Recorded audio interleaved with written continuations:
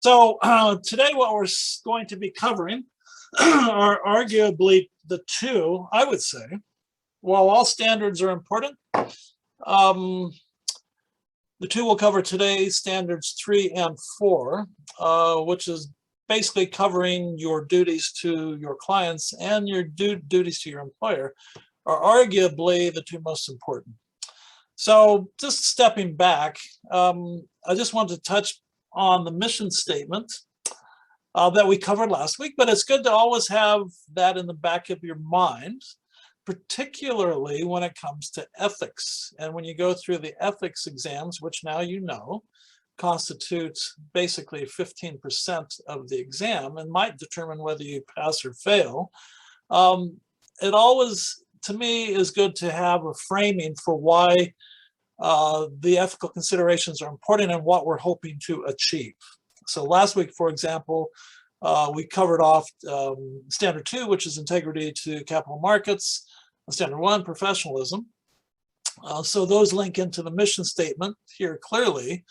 As CFAs, we lead the investment profession globally by setting the highest standards of ethics, education, professionalism, for the ultimate benefit of society. And just to focus on that that last bit, ultimate benefit for society, that's what fundamentally, to me at least, what we're speaking about tonight when we talk about standard 3, which is, the care that we give our clients. Because ultimately we're acting on behalf of our clients for ultimately, in a very narrow sense, for their benefit. But as we already discussed last week, the society as a whole benefits when investors are willing to put their hard-earned dollars to productive use.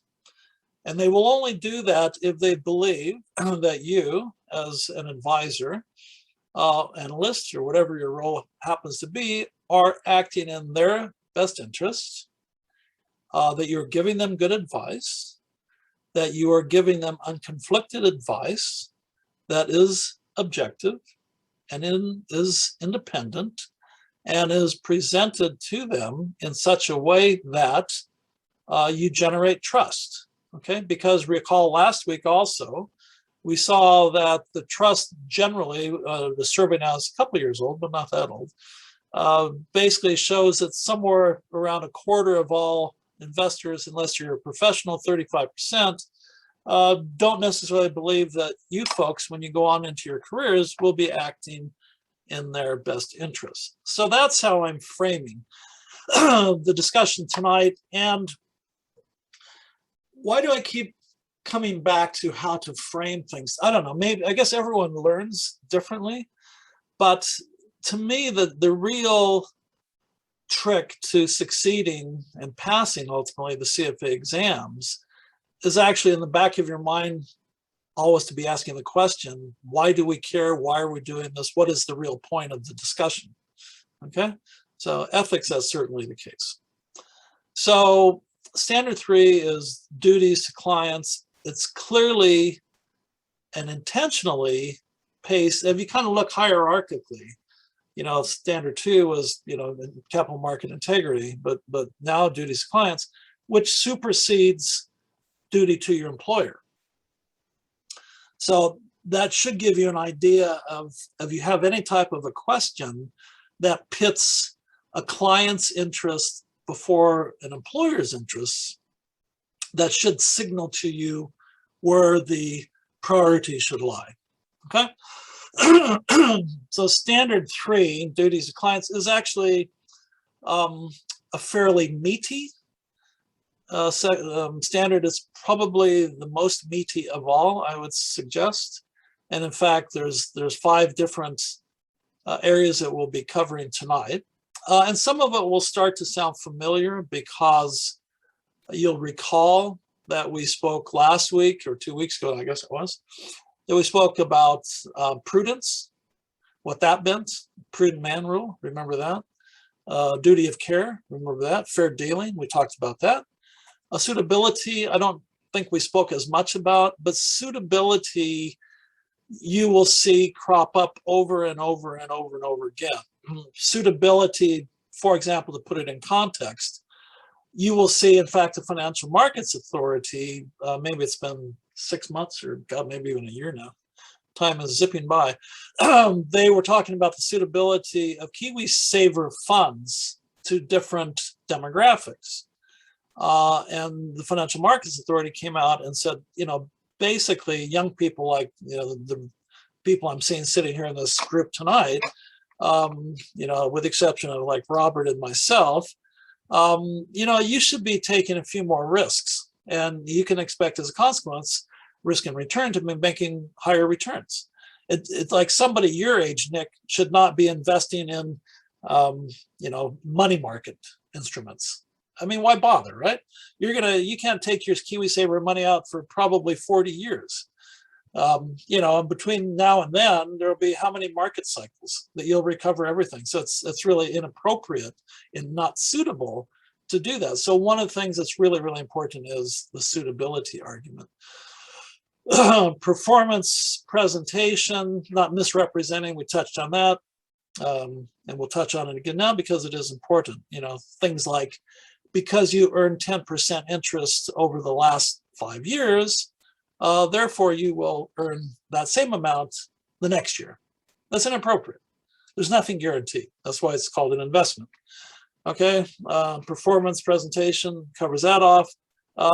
Preservation of confidentiality. I gave you an example last week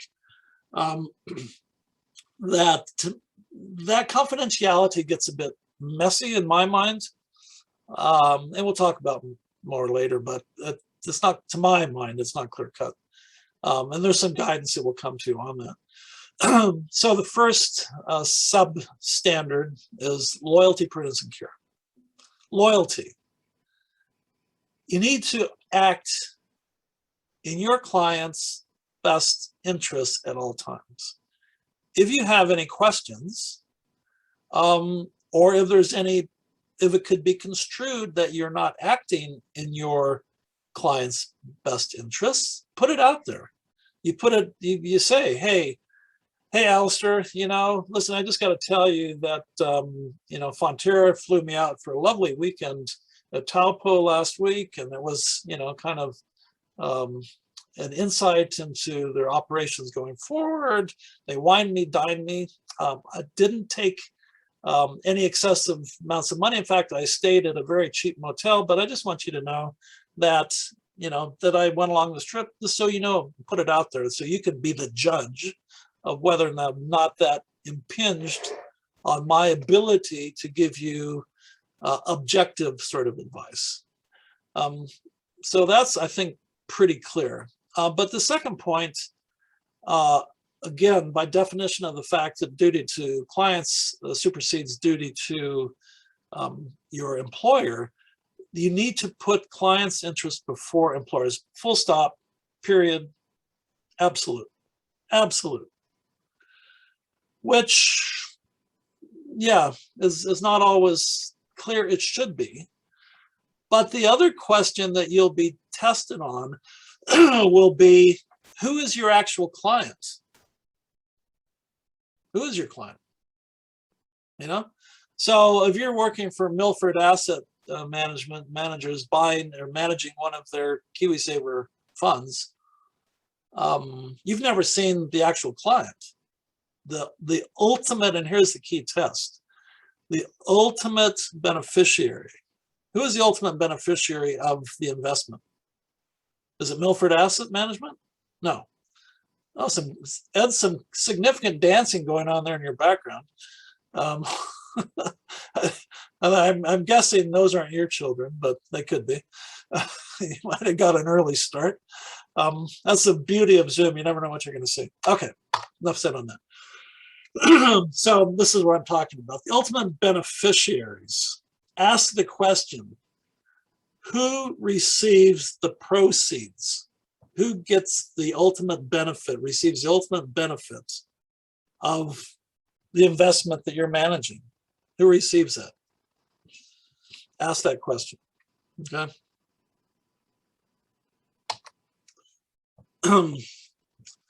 Okay, so in working on developing your client's portfolio, and we'll talk about this a bit more later, but it helps knowing who your client is to help develop the appropriate investment strategy. So back to Milford Asset Management. So, you know, if you're looking at a demographic, if you're managing a fund that's a little bit more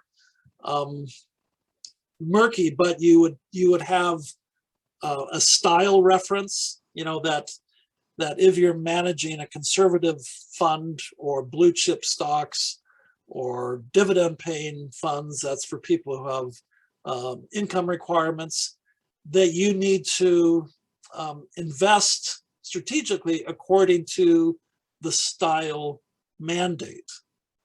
Okay, that's what this talks about, the style mandate. And to you, there should be no question that any investment decision, as you know from modern portfolio theory, we don't look at investments individually, but rather we look at investments from a portfolio context. And that kind of goes back to the Harvard case that I spoke about 2 weeks ago, where, you know, you look at the prudent man, what was the strategy that was executed at the time, prudent. And again, you can't look at a single aspect of a strategy. It's got to be judged. Any decision needs to be judged in a whole portfolio context. Any questions? Thomas. Abby. Abby, you're on mute. Hi. I actually had a question from last session, but I was thinking of saving it until the end of the session. Okay, why don't we do that? We'll save it. Yeah. But if anyone, if you have questions going through, unfortunately, with my screen set up, I can't see all of you, so I can only see like 6 of you at a time. So I'll scroll through it. So if you send, I don't know, maybe there's a better way I can do this. No, I don't think so. Yeah, so I can only see a few of you at a time. So for that, I apologize. Hang on, maybe I can. Oh, look at this. Oh, this is brilliant. I've just stretched you out across my whole 27-inch screen. So now I kind of see everybody, although there's very few of you with photos up at this point. But anyway, so I can see it. So put your hand up, or there's a thing you can click on the bottom that'll put your hand up if you got a question. Okay, so the next issue is, you know, what in terms of acting on in your client's best interests, there are several things to consider. It's not just necessarily pertaining to suitability. It's not necessarily making sure you're objective, independent, that you've done due diligence, but there are certain elements that fall out of any type of investment. For example, you know, you will be managing an account with shares, and you will have potentially, and you have you know, the right to vote, any registered shareholder. Typically, those your clients will delegate proxy votes to you. So the question to ask in this case, and again, this is something that would come up on the exam, was when you vote a proxy, you know, you have the interests of your firm, and you have the interests of your clients. And I won't even ask the question because, you know, clearly based on everything I've said up till now, you would vote proxy based on what you consider to be, through your due diligence and understanding, to be in the best interests of your client. Because proxy voting, I mean, through you know, voting, you're able to put in a whole, you know, new board of directors, for example. So if you put in a majority board, potentially that could really sway, a firm's prospects. It could be sway those to favoring the clients, or perhaps, to your firm. So you need to always vote in your candidates, not candidates, to your client's best interest. Okay, so no questions about that. And again, if you look at that last point, which I think would be easy to kind of blow over, but I think one of the things that you'll see, if you haven't already started to pick up through all of these standards, like making sure that you in your objectivity, that your undertakings, that your policies, etc., that are on behalf of the client are all very transparent. And let them judge whether or not your proxy voting policies are actually designed to act in their best interest, right? So when in doubt, always make sure that everything you do, like at university, we have, we're constantly reminded of, the morning news sort of paradigm. Always consider the acts that you undertake on behalf of, in my case, the university. Is that something that would make good headline news the next morning? So you need to be continually asking yourself, is what I'm doing something that would hold up to scrutiny? Is it something that, if it was aired to the broader, investment population, to my clients, is this something that they would go, yeah, Jeff acted in our best interest, no doubt about that. It's transparency is key. And I think if you go back to the other week as well, people aren't necessarily born to do bad things. People do bad things because they get in an environment, and it's a slippery slope where if suddenly, instead of being transparent with all your actions, you're being opaque, kind of cloudy, and then that progresses. To me, it progresses. So just be a goody two shoes fundamentally. Okay, so here's some procedures that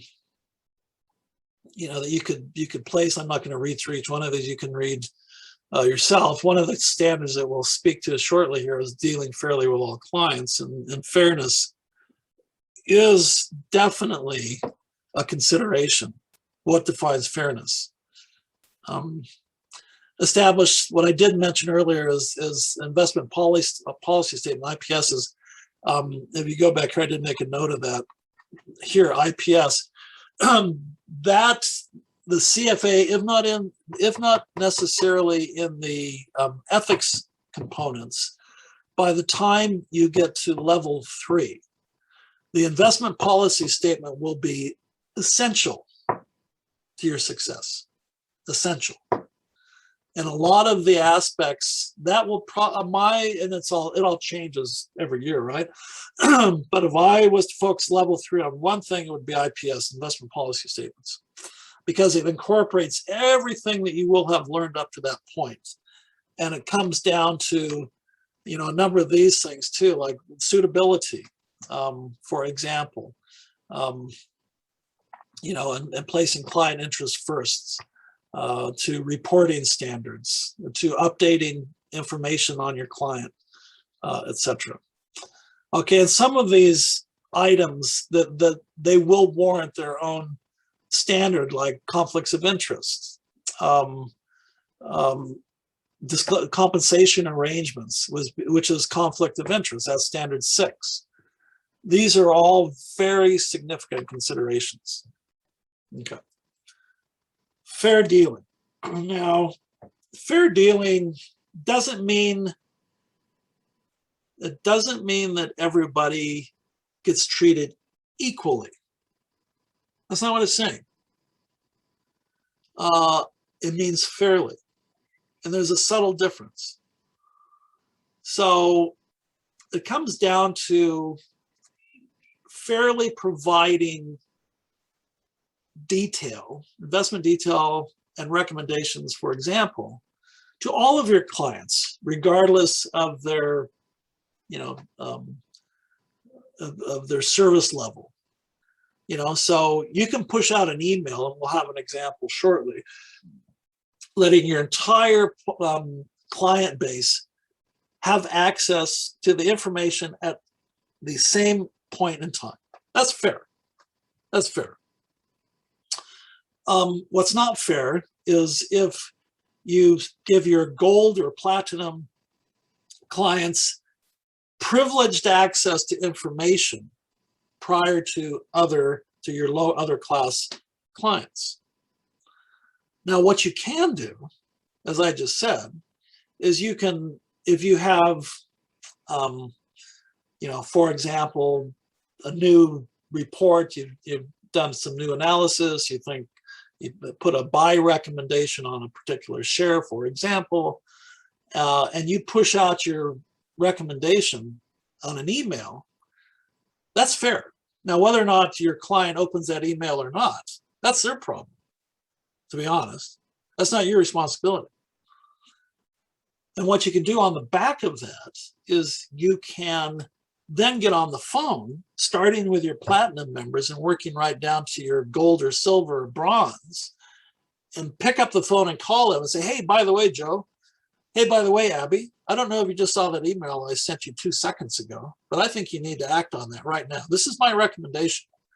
If you take the time to read that, which I recommend you do, you will see that this is a buy opportunity unsurpassed. That's legit. Because fairly, you gave everyone that information, but you don't need to be equal. It's a subtle difference. And hopefully you can see. Thomas, can you see? Yeah, and something like that, would you still, if you get on the phone and called up your platinum clients or whatever, would you still have to call, say, your bronze tier clients as Nope. well? Or could you just leave them, you've sent the email, that's fine? That's done and dusted. Because, and you look at it this way, I mean, as a platinum member, I mean, I don't know about you guys, but I'm stupid actually at this point. I pay $350 a year for a super duper platinum hybrid credit card that does this and that. It's the same analogy, so bear with me for a second, right? But I get privileges that you guys don't get with your yellow ASB card, right? But I'm paying $350 a year for it, so I should get something out of it, right? So analogously, it's the same sort of argument. So that's a level of service. A level of service is distinct from fairness. Was that a good example? I don't know. You can tell it's probably irritating that I'm paying $350 a year because that was a credit card that I can get into any business lounge anywhere in the world, even if I'm not flying business class. And how many flights do you reckon I've taken in the last year and a half? Not too many. So anyway, you guys, Abby, you're not laughing. I should be crying actually, but anyway. And that's fair dealing. So that is definitely another one they throw out with fair dealing pertains to like your mother. They like to use the mother question, right? So you don't want to be construed as being partial towards your mother. So your mother is a platinum member, let's say, as an example. And she's just being nice, as mothers are. And, you get this great opportunity, but you don't want to call your mother because that could be construed as you being partial, giving her special treatment. So you don't call her. That's a violation of Standard 3B because she should be treated, according to what you've promised her, right? And she shouldn't be penalized for being your mother. Jeff, can I ask a question? Yep, Robert, go ahead. Yeah, when you're dealing with clients who, a situation where there's a lost opportunity, perhaps you have a client who's been assessed as a moderate investment type client, and they've found out that an aggressive client has got a particular product or asset whereby it's performed particularly well, and why haven't I got that in my portfolio?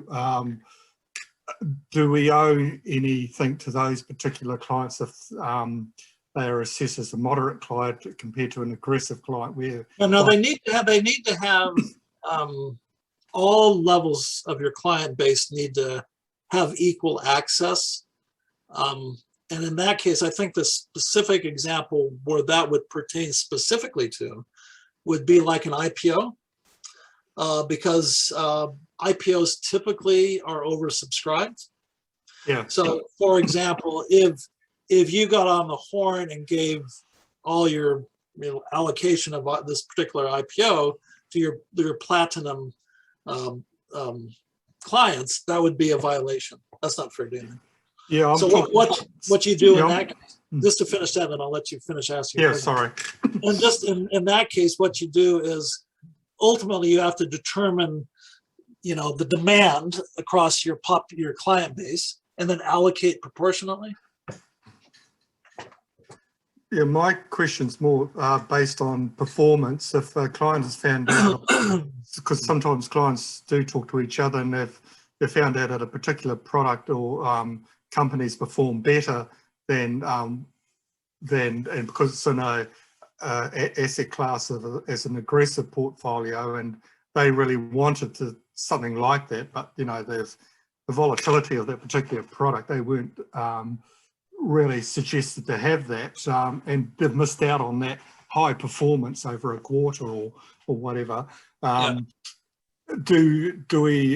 that a breach of fair dealing whereby they missed out on that opportunity?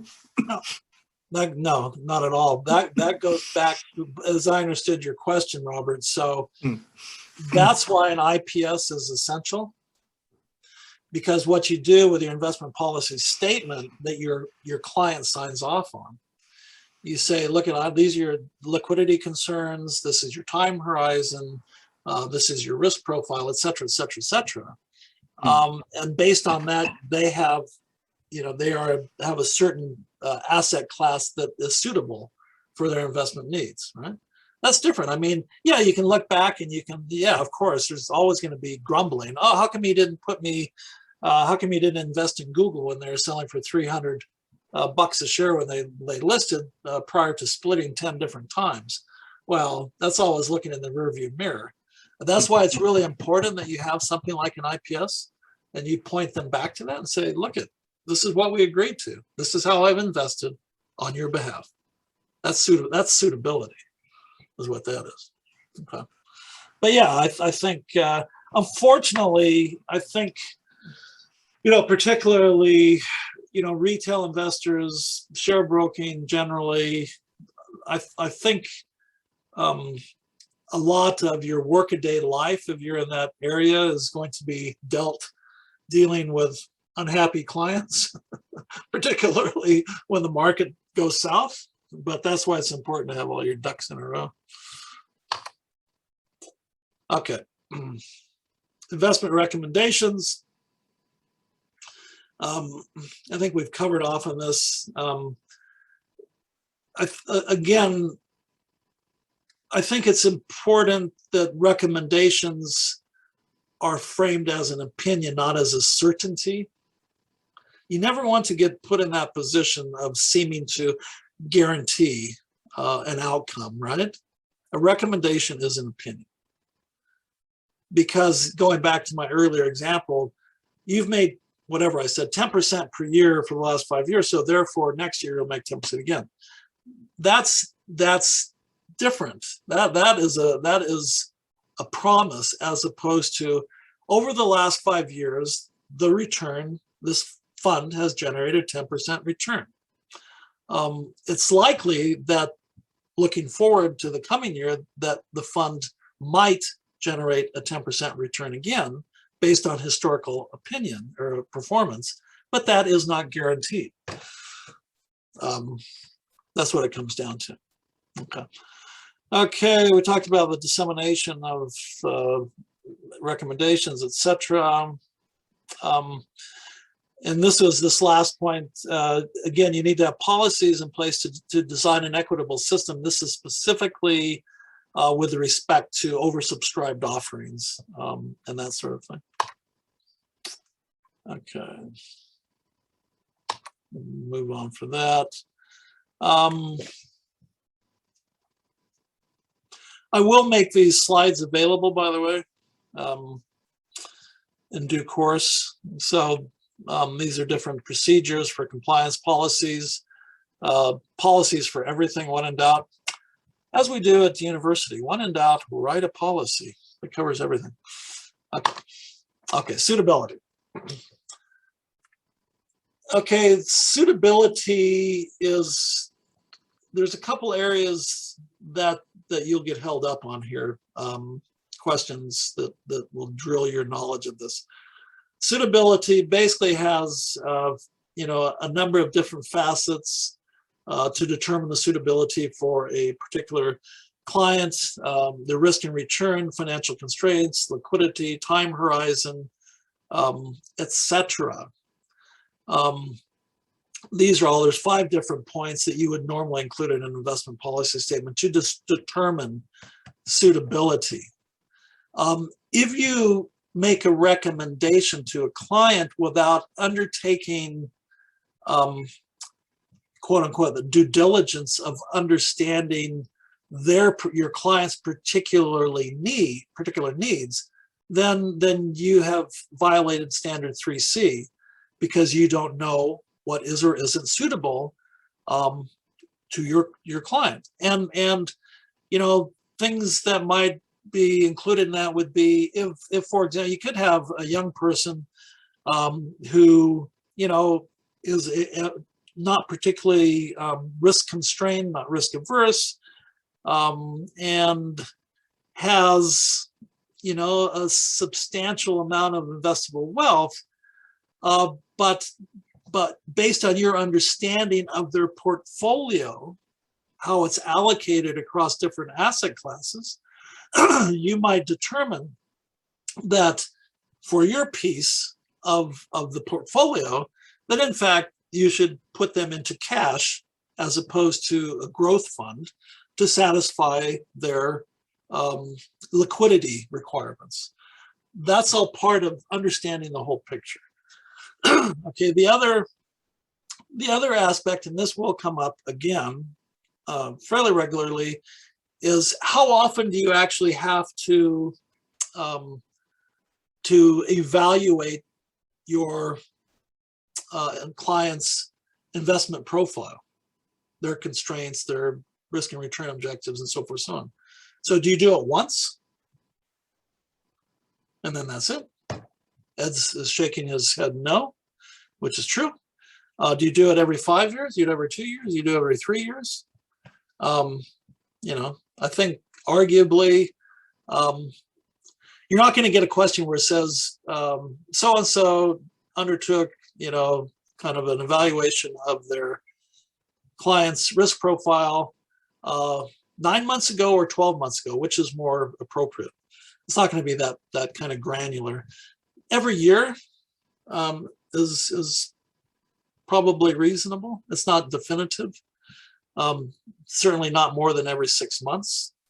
But you'd also have to look to see if there is something that indicates to you, for example, if Abby won the $45 million lotto last week, and I saw Abby's name in the paper, I'd be wanting to give Abby a call, right? Because I'd like more of her money under my portfolio, and that just changed her whole situation to where Abby suddenly has 45 million bucks and she's not liquidity constrained, and that would require that I undertake, you know, a reevaluation of her situation. So you could have a question like that.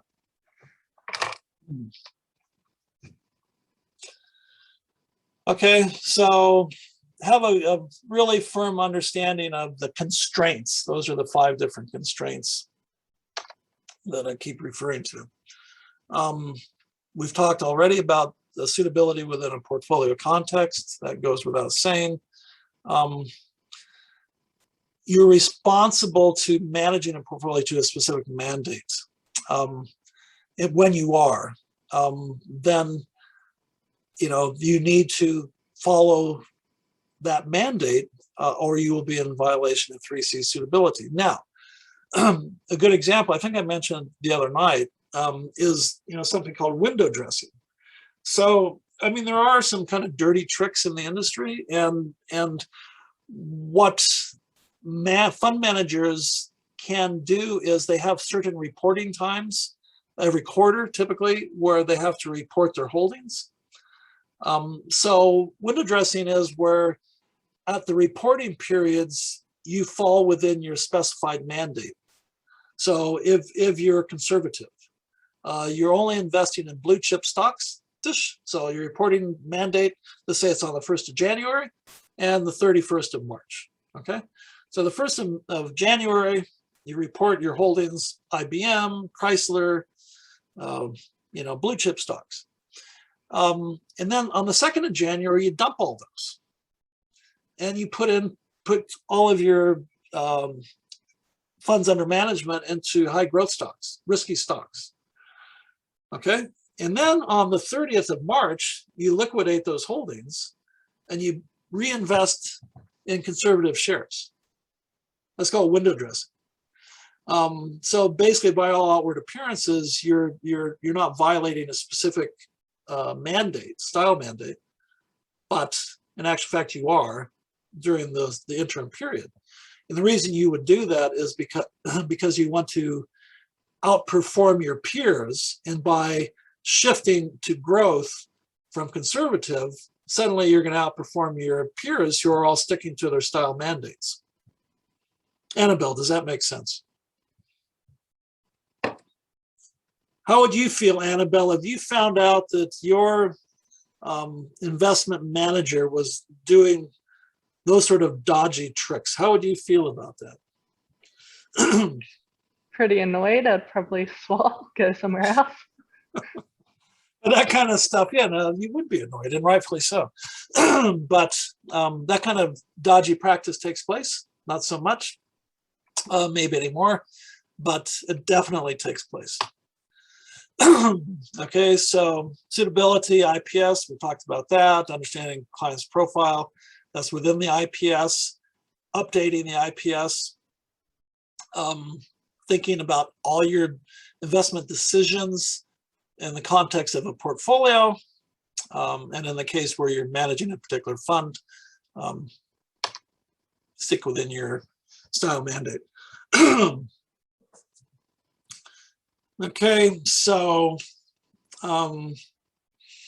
this is all repetitive of what I've already spoken about, so we won't spend any more time. This is all related to IPSs. I'll tell you the story, because when I took level 3, I tell stories. So here's the constraints. Liquidity, this is a little bit, I think, more detailed. Liquidity is a big one. Time horizon, tax, that's what I forgot. Tax considerations, time horizons. I already said time horizon. Any unique needs. I've got 2 kids I'm attending to university in 3 years. Those kind of things. What I was about to tell you is that when I took level 3, I practiced, I revised, I took so many exams, old exams, and I focused so much on IPSs and investment policy statements. I figured I knew IPSs inside out, outside, forward, and backwards. The very first question, I still haven't gotten over it actually, the very first question on the written part of the exam was a big multi-layered IPS question. Okay, I was that confident. Now, bearing in mind that I am a university educator and I kind of know exam techniques. The worst thing you do is you lock into a particular question and you get stuck on it, right? But I was that annoyed that I couldn't answer the question that I had prepared so hard for. Next thing, I looked at my watch and I was 30 minutes into the exam and I was still on question 1. So at that point forward, it was panic. I'm amazed that anyone could read my writing. They did, and I did pass level 3 the first time, but that's very important. If I haven't said it enough, it bears repeating now. Okay, 3D. I've been talking all day on Zoom, so excuse me, my voice is starting to go out. That's what you do nowadays. It's like virtual meetings from 9 till whatever time every night. Performance presentation or avoiding misrepresentation. That's the key thing here. You must make sure that what you report or present is accurate. I would also say, in addition to accurate, accessible. Accessible.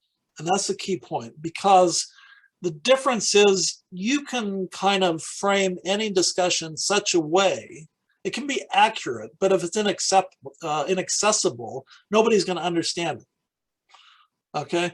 I can write very academically in my writing, but most people would fall asleep, to be honest, or they'd be so bored they couldn't understand what I'm saying.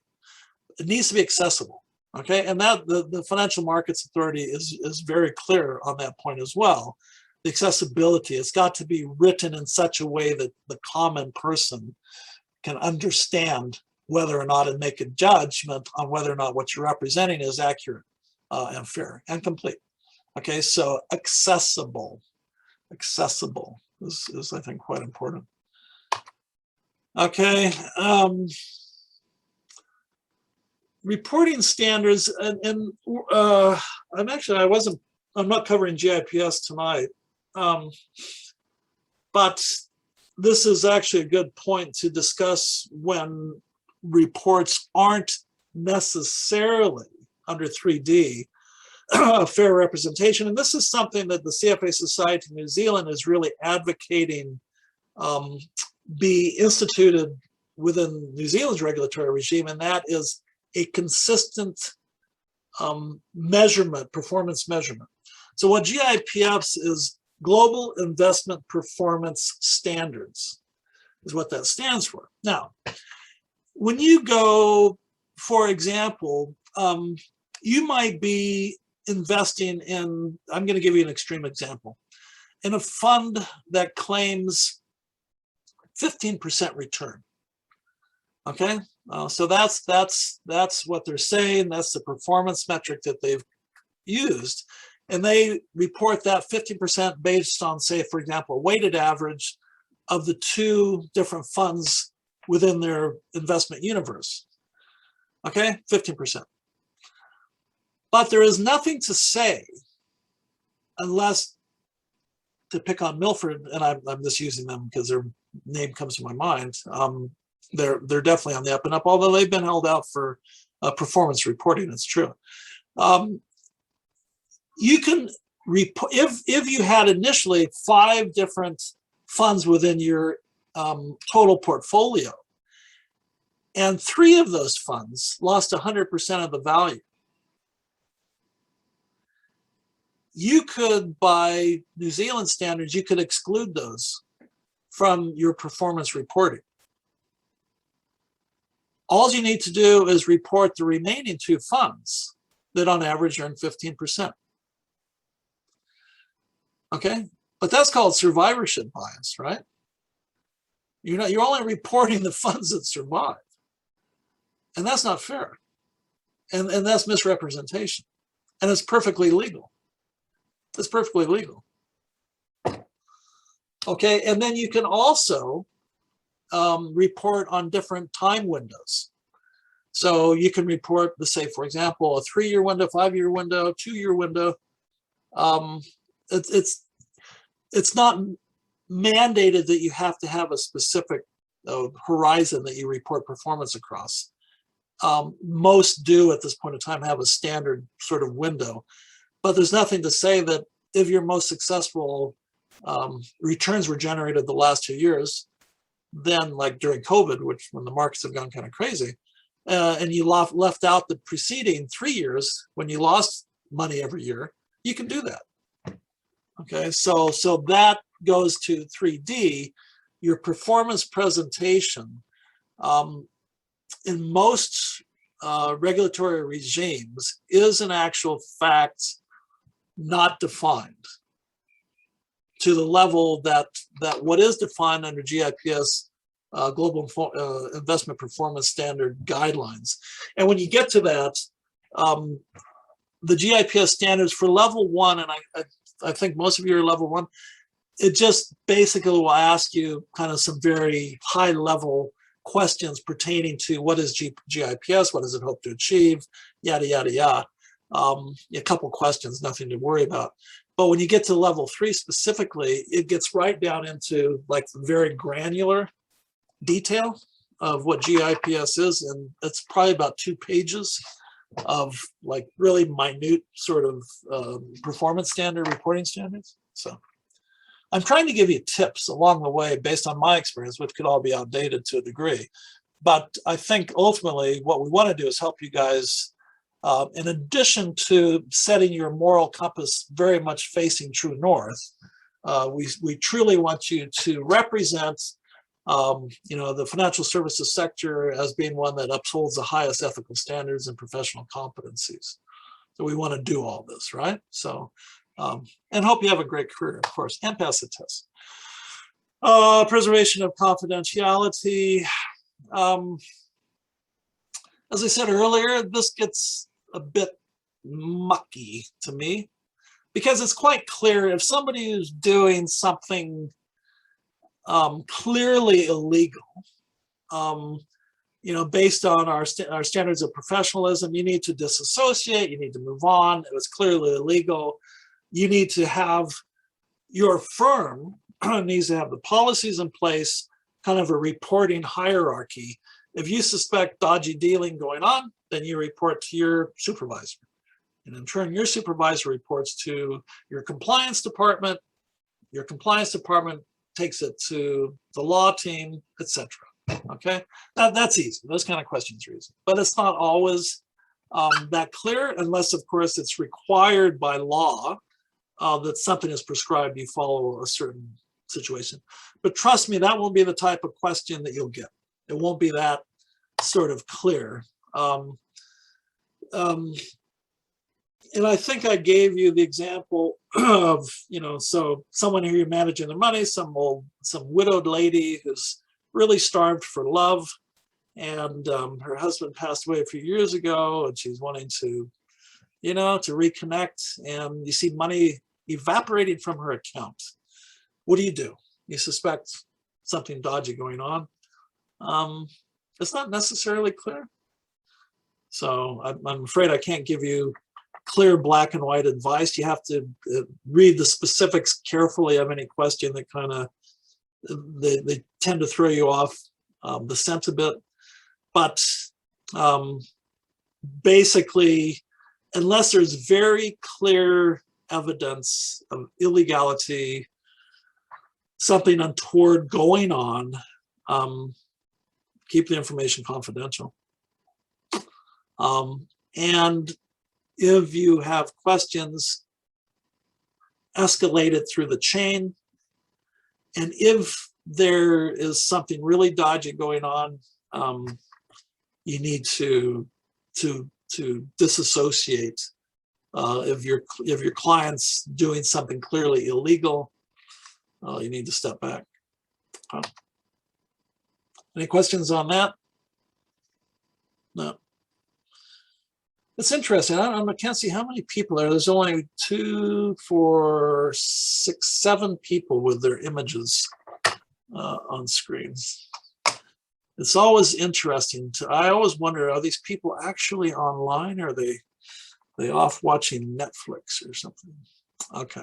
Jeff, I actually had a question for this this section.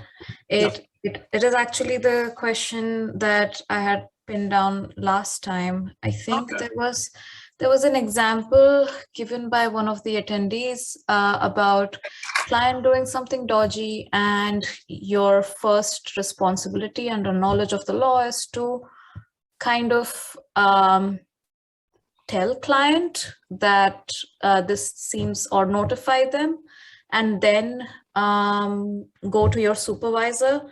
I felt that there was, I don't know when, but I had come across a question where notifying the client about some wrongdoing or trying to get more clarity about certain thing that they might be going outside of the law could sort of alarm them and create trouble for authorities to kind of trace them. Say, for example, there's any money movements or something that you've done on behalf of the client and you kind of feel that it's dodgy.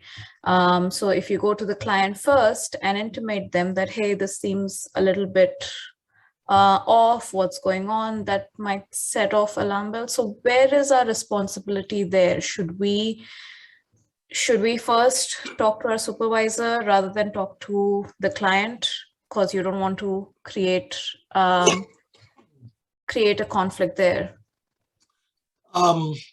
Yeah, I think based on the way you just described that scenario, Abby, my initial response would be to go to your supervisor. Right. For some of the reasons you mentioned. Okay. And I think part of the reason I would answer in that sort of way is it's easier for the supervisor, first of all, who presumably has greater knowledge of how to progress or not progress, but also to evaluate the situation objectively, without, you might be caught up in the whole thing. Right. I agree with where you're leading this, and that if somebody's clearly engaged in illegal money laundering, in your example, if you kind of confronted, your client, yeah, that could have an adverse response as well. So Exactly. yeah, I think supervisor would be the best case. I mean, and that's a good question. And I think hopefully one of the things that you'll take away from at least my presentation of the ethics material is, in most instances, it's not black and white. It's not like 2 + 2 = 4. There could be variations on a theme, so which is why it's complicated. And I think I confronted, or confessed, I should say, when I introduced myself at the onset, is I personally find ethics, these kind of considerations, very, to me, challenging, because for good or bad, my brain is wired kind of binomially. I like yes and no. I don't like the fuzzy stuff in between. So I'm probably the worst instructor you'd have in this regard, but hopefully I'm helping develop some intuition. Okay, so you want me to read this? You want to do some questions? We're good. It's already coming on an hour. I'll rather than go through this and listen to me read this. Again, I'll make all these available. There's actually quite a few questions that I'm not showing on the screen. That I think this whole presentation runs about 140 slides, something like that long. So I'll give those all to you. Okay, so let's get through these. Okay, duties to employers. This is fairly straightforward. Before we get into the specific standard and substandards, kind of the questions that typically you would expect to see are along the lines of what actually belongs to the employer and what belongs to you. That discussion is IP. The type of question that you would expect to find would be something like, if you have worked for Milford, to pick on them, and have developed a client list for all these years, and you shift to whatever, Kiwi funds, or not Kiwi funds, or Kiwi Wealth. Once you arrive at Kiwi Wealth, is it okay to pick up the phone and call your Milford clients and encourage them to come over? Robert's shaking his head no, which is kind of the natural response I would have. The answer to that is it's only inappropriate and a violation of standard 4 if you actually take material, like a Rolodex. Only Robert and I would know what a Rolodex are. Okay, Rolodex is before you had phones and everything digital. You had a big Rolodex on your desk that you had all your names on. And they were effective. But anyway, if you took that and brought that over to Kiwi Wealth, yep, violation of 4, standard 4. If you, like Robert and I undoubtedly are, very sharp and can retain all that information in our head, and got over to Kiwi Wealth, and off the top of my head, I called my contacts, that's perfectly legit. That's okay. If you are working for a firm and develop the most amazing Excel model, forecasting model, valuation model known to mankind, and if you walk when you leave and shift employers, if you take that Excel model with you and load it up into your new computer, your new firm, that's a violation. If you go to your new firm and it's up here in your head and you replicate it line for line, that's legit. Huh? The other question that will come up regularly, again, it's a very much a black and white one, not a black and white, a gray one, I should say. It's about other compensation. So if you're working, 9 to 5 for Kiwi Wealth, I'll pick on someone new. And if, for example, you take on, as I have in years past, I take on volunteer roles like at Rotary, okay? And I've taken on treasury roles at Rotary or whatever. And that's placing a demand on my time. Is that a violation of standard 4? Potentially. Because if I'm being paid for, being on the job and being astute and being well rested, and I'm working till 2 o'clock every morning on something outside of my normal job, and I'm not able to, and here's the key point, to give my employer the full benefit of my service, then that's a violation. If I'm being paid substantially outside of my normal job, and there could be, diminishment of my objectivity as it pertains to my primary employer, that's a violation. So you just have to ask the question. I think it still comes back to kind of the start of all this: your objectivity, your independence. Those 2 considerations: independence, objectivity, and conflict. Those are the 3 things. And that can pertain to your employer as well. Okay. Okay, so employers should have policies that clearly provide guidance on what an employee can and cannot do. Okay, my employer, Mass University, has very clear guidance on what I can do.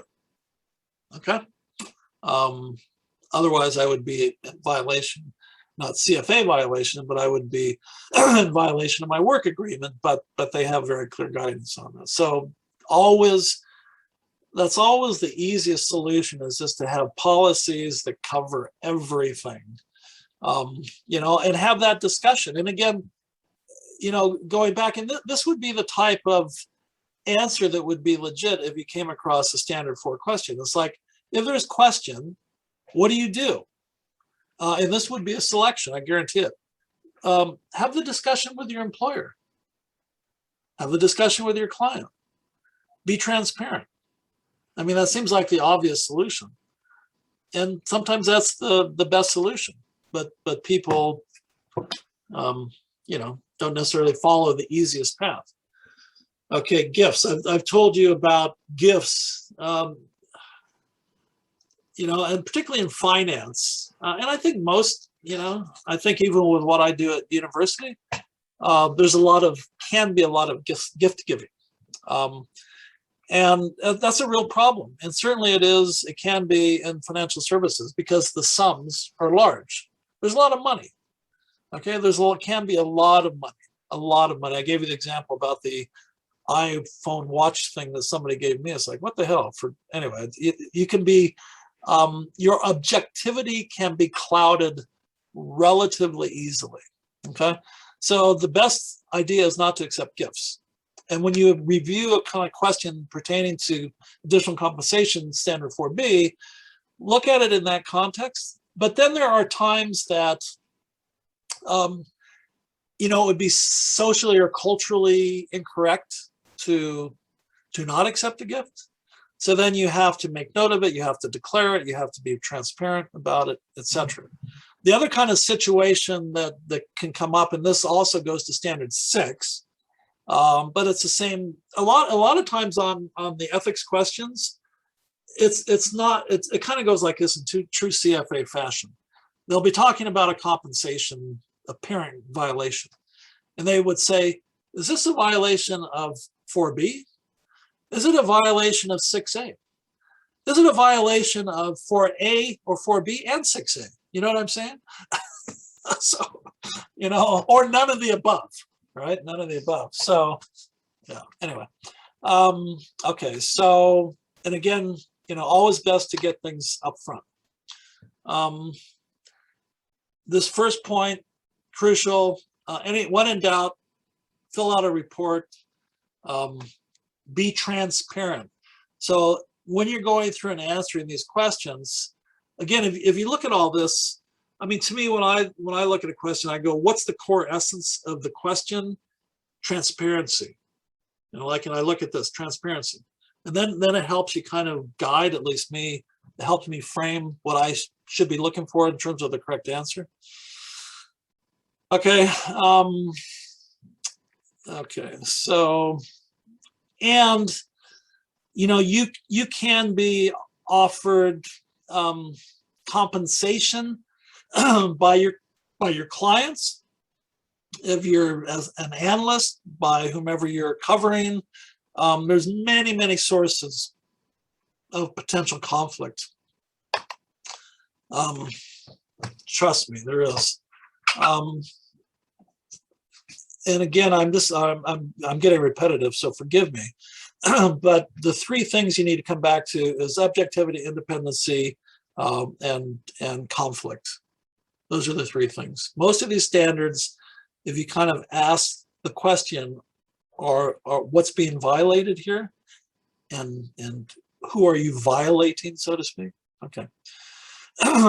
Okay. So 4C, responsibility of supervisors. As a supervisor, you need to actually supervise. So it's pretty straightforward.